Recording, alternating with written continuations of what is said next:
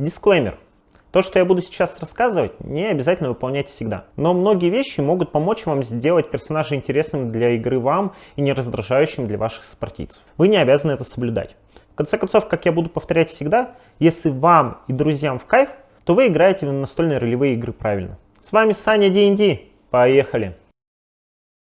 Самое важное и первое, что нужно сделать, пообщайтесь с мастером и другими игроками.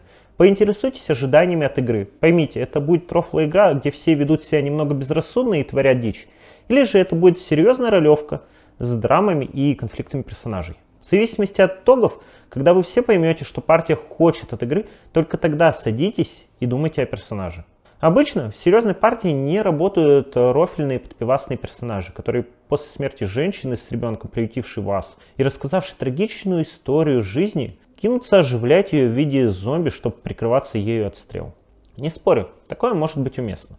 Но в большинстве партий таким ходом вы просто разрушите атмосферу и явно вызовете как минимум недоумение других игроков. Также работает и наоборот. Максимально серьезный персонаж просто будет пробивать в ладони лоб при диких действиях партии подпивасников. Как помню, была ситуация. В бой подземелье с кобальдами.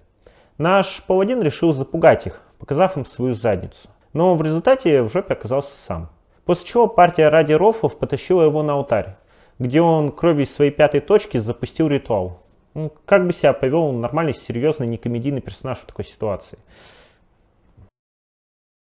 Что важнее, статы или предыстория персонажа? Многие задаются вопросом, что надо делать сначала. Статы, расу и класс, после чего думать, какой персонаж подошел бы под это. Или наоборот, продумать персонажа как личность, а после распределять уже статы, класс и прочее. Правильного ответа на этот вопрос не существует, не запаривайтесь этим. Потому что хороший персонаж может получиться и так, и так. Просто ответьте для себя на вопрос. Хотите вы поиграть кем-то, потому что он что-то умеет? Или потому что у него есть какие-то моменты, характер или предыстории, которые кричат вам о том, что им будет интересно играть? После чего вы уже поймете, с чего начать генерировать персонажа. Поймите для себя, должен ли это быть персонаж на ваншот или для многосессионного модуля. Решение этого вопроса очень сильно меняет восприятие того, что вы вкладываете в персонажа. Я не про то, сколько сил в него вкладывать. Персонаж на одну игру может вытянуть на какой-то единственной черте поведения, которая при игре в несколько сессий может очень быстро задолбать вас и ваших сопартийцев. Но при одной сессии позволит получить очень большой спектр эмоций. Например, безрассудный бард, наивный, не имеющий опыта в сражениях и считающий, что своим чарующим голосом решит любую проблему. В энкаунтерах он будет постоянно пытаться петь и пытаться внушить NPC страх, умиление, возможно, даже пытаться управлять их поведением. Но, скорее всего, у него это не будет получаться вообще. При продолжительном модуле, уже на второй-третьей сессии, при рациональных сопартийцах этот персонаж задолбает их. А вам же, чтобы не ломать повествование, придется изворачиваться и искать способ, как должен произойти слом, меняющий персонажа. Такой персонаж может работать, но для неопытного игрока, склонного переигрывать, он будет ужасным решением, загоняющим его в рамки. Если вам так комфортно, и особенно если вы играете впервые, не страшно, если вы будете играть себя. Сейчас набегут ролевщики и начнут кричать: это неправильно, смело шлите их нафиг. Ведь отыгрывание себя, перекладывание ситуации на персоналию, как бы я поступил в той или иной ситуации, может очень сильно помочь вам разобраться внутри своих мыслей. Главное, не забывайте, что отыгрываете вы именно себя, а не Мэри Сью. Себя, а не то, таким, каким бы вы хотели бы видеть себя, идеальным, прекрасным, красивым и бла-бла-бла-бла-бла. Ну, если вам, конечно, так в кайф, вперед, попробуйте. Но это ведь всего лишь мой опыт. Персонаж, которому хорошо жить, скорее всего, не станет персонажем D&D. Задайтесь вопросом, почему Бильбо Бэггинс из «Хоббита» очень хороший персонаж для ДНД. Хотя он и привыкший к тому, где он находится, в смысле его поселок Шир. Ему навязаны устои мирной и спокойной жизни хоббитов. Но по его описанию очень быстро становится понятно, что он жил как птица в клетке, которой хотелось чего-то иного. Он был не в своей зоне комфорта. И когда приходит Гендальф, понятно, почему он отправляется в приключения. Обратный пример. Представим кузнеца в небольшой деревушке. Он имеет семью, свою кузницу, постоянный приток заказов и деньги на жизнь с них. Скажите, зачем ему отправляться куда-либо решать чьи-либо проблемы? Такой персонаж опять же может работать, но только после доработок, ставивших его в ситуацию вне его зоны комфорта. Что может сподвигнуть кузнеца куда-то двинуться? Допустим, Его деревне могут угрожать угрозы гнолов. И он вместе с несколькими соседями отправляется решать эту проблему. Но есть проблема с такой предысторией кузнеца. Дам вам наводящий вопрос. Что он будет делать после того, как убьют этих гнолов? Почему он пойдет в дальнейшее приключение с партией, если это многосессионный модуль? Он просто окажется обратно в своей зоне комфорта. Самый простой троп — это дать ему шило в попе, как у того же Бильбо. Возможно, он чувствовал себя неуютно в деревне.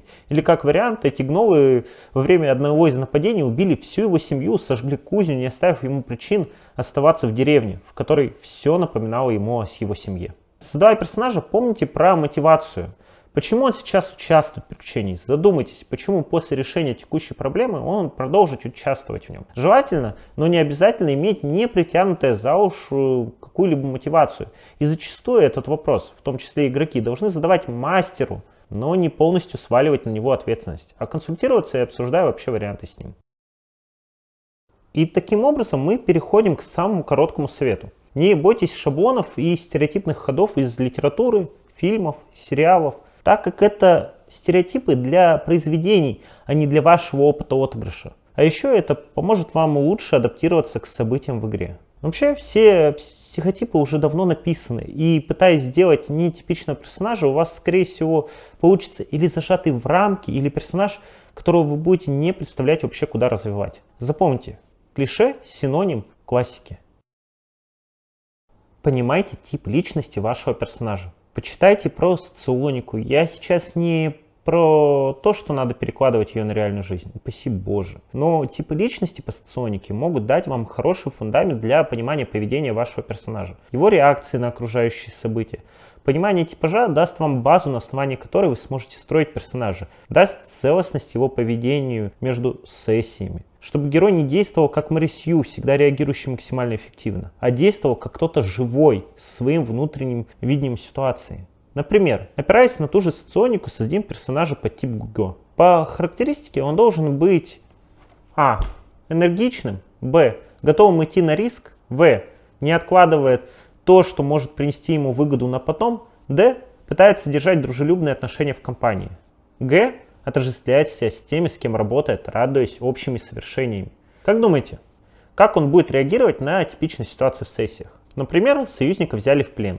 Теперь началась потасовка, или на вас напали из засады при путешествии по тракту. А теперь сами почитайте про тип Дон Кихота и ответьте на те же самые вопросы. Возможно, вы захотите вообще составить анкету персонажа, подобные тому, как в младших классах вы составляли анкеты о себе, или же подобные тем, которые составляют писатели, чтобы не запутаться в поведении своих героев в книгах. Главное преимущество, что задав тип личности, вы будете реагировать так, как реагировала бы достаточно живая личность, а не болванка персонажа, поступающая на одинаковые ситуации по-разному, в зависимости от того, каким вы были вчера уставшим или наоборот сегодня отдохнувшим и воодушевленным. Еще один совет, помогающий понять, какой ваш персонаж вотревят вас. Попробуйте отождествить его с чем-то, какой-либо вещью, характеризующей его. Например, он может быть диким и неуправляемым, как Ford Mustang, или нежным и ласковым, как мятный чай. Возможно, вы проведете связь между героем и какой-либо песней. Это больше эмоциональная связь. Не обязательно, чтобы другие могли понять вашего персонажа по этим ассоциациям. Но если вы можете это сделать, значит, у персонажа есть какой-то характер и личность. Еще раз напоминаю вам, это не правило, их не обязательно соблюдать, просто по моему опыту, ориентируясь на них, вы скорее всего создадите персонажа, от которого вам не захочется избавиться после пары сессий в модуле.